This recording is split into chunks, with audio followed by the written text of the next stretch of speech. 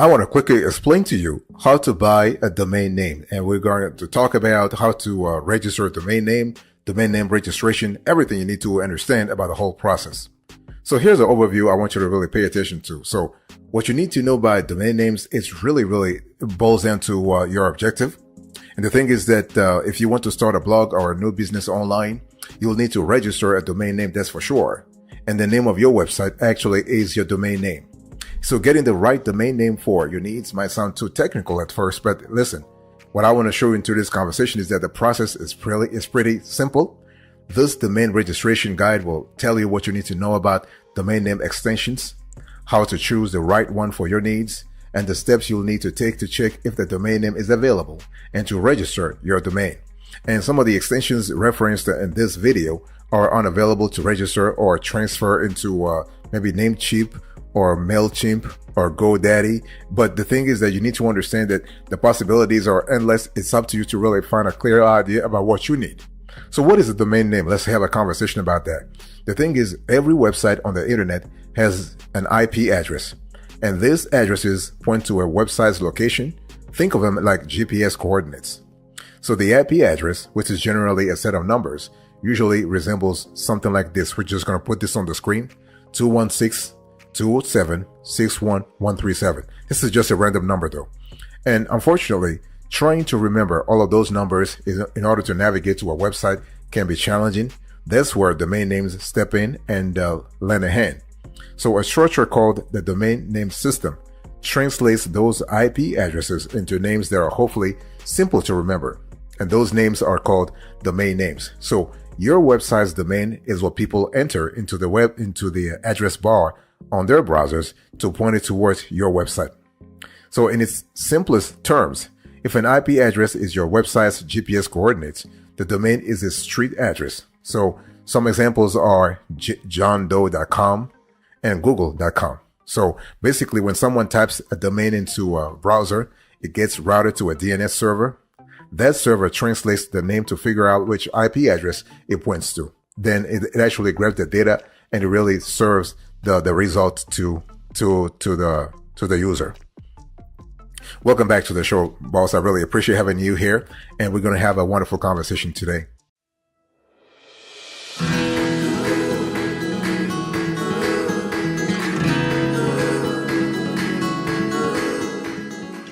So how do you really choose a domain name? Well, it's very simple. First of all, you need to make it brandable, not generic. Do not pick johndoe.com.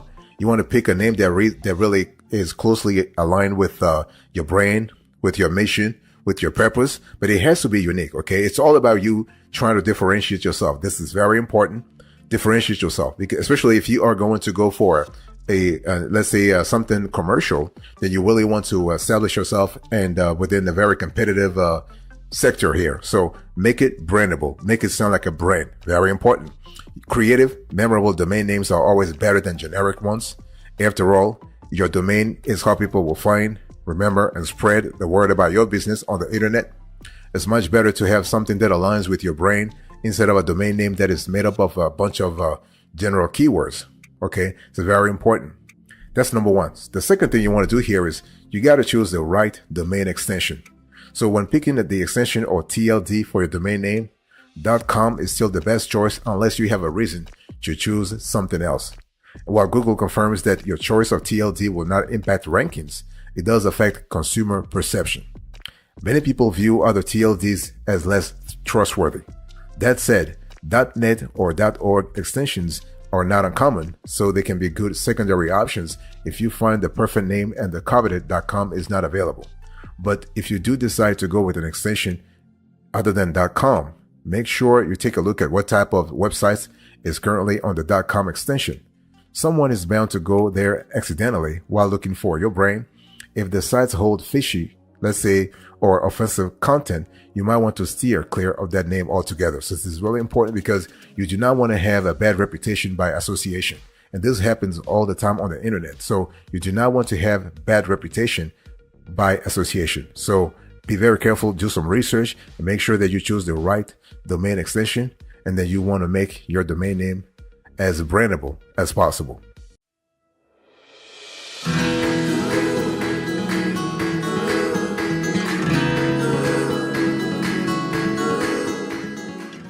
The next thing you want to do here is you want to really pay attention to the domain length. See, when we talk about a domain name, we're paying attention to the length. The length means what? The number of letters in the name itself. When it comes to domain length, shorter is always better. Search engines, Google in particular, give preference to easy to understand and simple domain names that deliver what they promise. So URLs that are filled with numbers and special characters can hurt search engine rankings. So your domain name should be as short as possible while still capturing the concept of your website. Short domains are easier to read, take up less room on marketing materials, and have a better chance at sticking in visitors' memories. That's what you want. You want people to actually remember your domain name. Otherwise, why would you have a name that is memorable, but people can't remember it because it's too long? Okay. So you want to have you want to preferably have a short domain names. Now, there is a downside to this approach though. The downside to short domain names is that there are fewer of them available. But if your brand name is 100% unique or has some other creative element to it, you might be able to find something to fit the bill. So this is kind of cool. So what is really acceptable length here? Well, you want to aim for something between 6 to 14 characters with a focus on the shorter end of that range. In other words, 6 or 7. And so you want to make it, you want to have the right domain length, but make it memorable. So whatever domain you choose should be also memorable. It should be simple enough so that anyone can spell and type it. So provided your chosen domain name passes that first test, make sure it's also easy to pronounce for the sake of word of mouth promotion. You want to use the same 10 frames test as a guide. Write the domain name down and ask your friends to pronounce it. If no one struggles, you have a winner.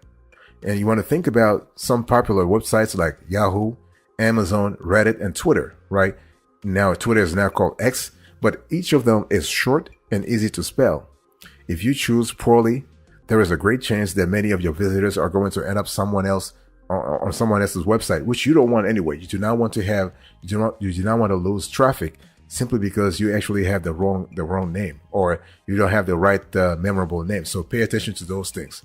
So number one, make your domain name brandable, not generic. Choose the right domain extension, watch the domain length, make it memorable. Very important. By the way, boss, I want to quickly remind you of today's topic. We are having a conversation about how to register a domain name.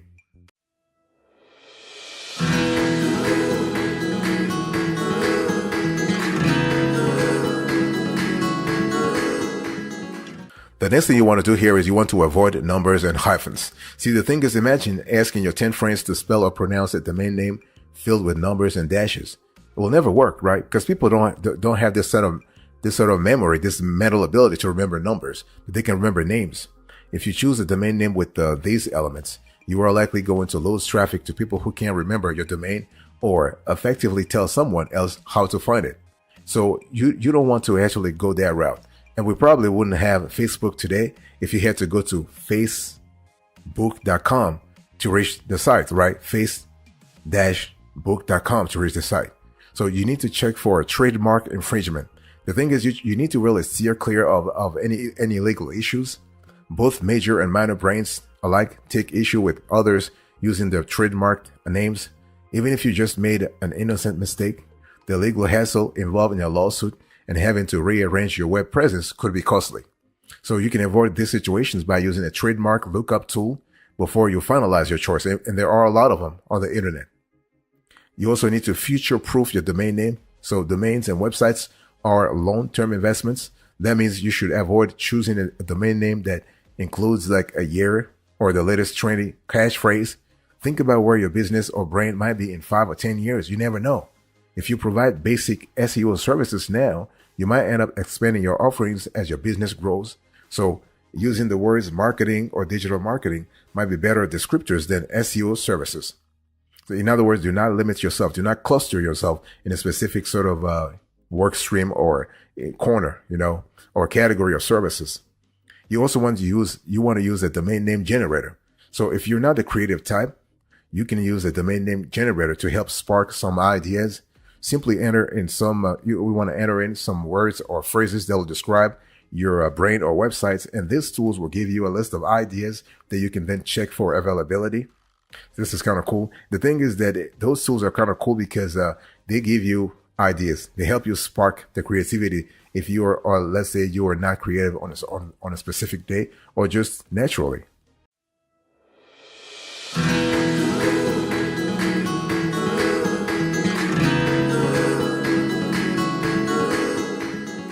Let me now talk to you. I want to give you the steps that you need to pay attention to when it comes to buying a domain name. So let's assume you have a list of catchy, memorable, branded, and short domain names, and you are ready to buy. So here are the steps to buying and registering your domain name. First of all, you need to choose a reliable domain registrar. So to get a domain name, you should first find a registrar that is accredited with the Internet Cooperation for Assigned Names and Numbers, ICANN, which is the nonprofit organization responsible for coordinating all of the numerical spaces on the internet. So again, the name is the Internet Corporation for Assigned Names and Numbers. So basically, it's important to really understand that. So every domains are governed or should be governed by ICANN. So that's number one. You need to choose a reliable domain registrar. So you have MailChimp, GoDaddy, Namecheap. You have a lot of them.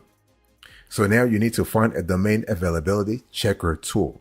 So the next step is you need to really involve a domain availability checking tool. This will tell you if the domain you want, such as tinysgarage.com, is available or not. This is kind of cool. So, and all of them have it. MailChimp has it. GoDaddy has it. Namecheap that has it. All of those players, they do have it. Number three, you need to choose the best domain name option. So when you are checking for the available domain names, you will often find that your first, second, and 10th choices are already taken. Some of the different approaches you can take when this happens are: keep searching, let your creative juices flow, and continue to search until you find something you love or at least like. Choose another extension. If the .com isn't available and you are set on a certain name, consider the .net or .org if you think it will work. And you can also reach out to the owner. Maybe the domain is already owned, but it's not been put up to much use. You could reach out to the owner with an offer. So you have all kinds of possibilities, but the most important thing is that you have to act fast, okay?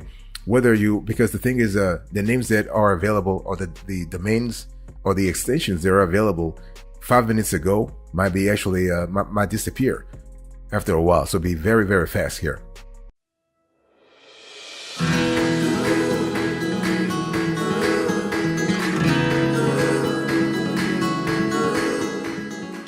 Then the thing is that you need to purchase your domain name and complete its registration. So once you settle on a domain name, it's time to purchase it.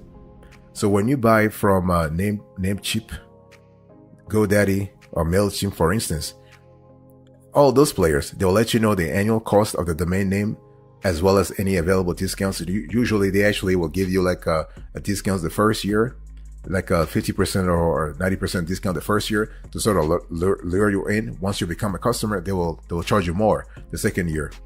So during the checkout process, you will be required to enter your contact information, including an email address, to register the domain. And so the next thing is you need to verify ownership of your new domain. So paying for your domain might seem like the last step in the process, but you also need to verify your ownership. So this step lets you send email using the domain. So my name at topnotchsales.com, for instance, and keeps other people from using it without your permission. So this is kind of cool. And if you purchase your domain through Namecheap, GoDaddy, or MailChimp, for example, this process is fairly simple. What happens here is that you will receive a notification email after you complete your purchase. Basically, it's not a notification, it is a verification email. And so you simply click on the verify domain button in the email and you follow the instructions on the next page, and you can start using your domain to build your brand. Okay. And the thing is that just remember that this verification process only happens once. It's just that the registrar needs to make sure that you are who you say you are. So for their own records, and this is for regulatory purposes also. So they need to actually have a clear idea. They need to identify who is behind the purchase. They call it KYC. So know your customer. And one thing I need to say also is that, so basically if you have to buy a domain name, all those 5 steps that I gave you are the same, no matter what registrar you choose. Okay, so again, you need to choose a reliable domain registrar. You need to find a domain availability checker tool. You need to choose the best domain name option, purchase your domain name and complete the transaction, and verify ownership of your new domain. Boss, I want to quickly remind you of today's topic. We are having a conversation about how to register a domain name.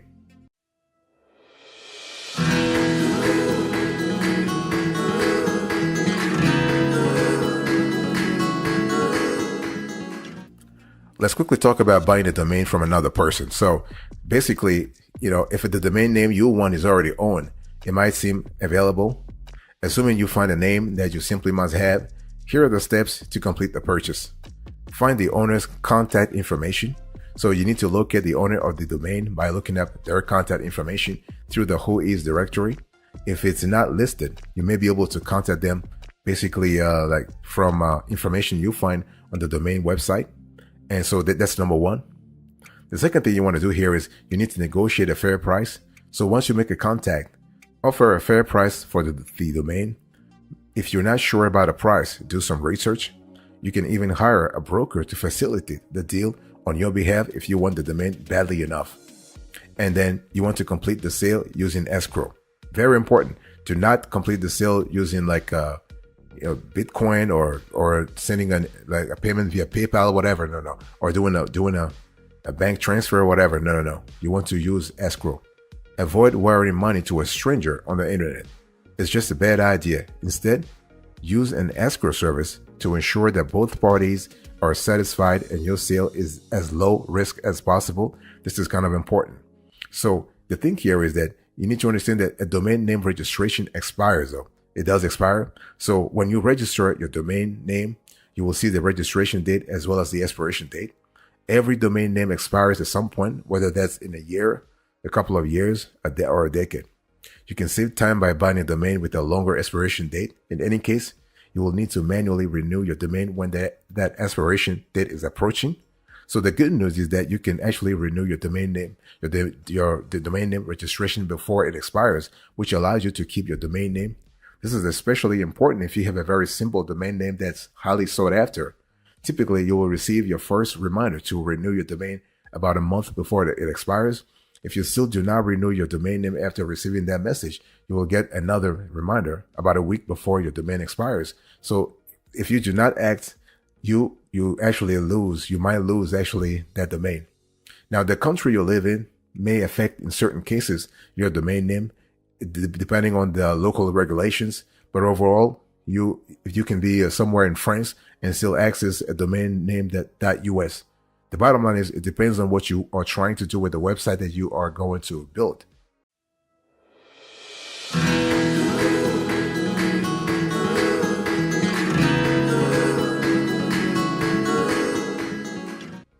Thank you so much for your attention. I really appreciate it. In today's conversation, I was just talking to you about how to register a domain name. I gave you the overview. I explained to you how to choose the domain name, the steps you need to take when it comes to buying a domain name. Thank you so much. God bless you. I'll see you next time. But until then, remember, stay marvelous.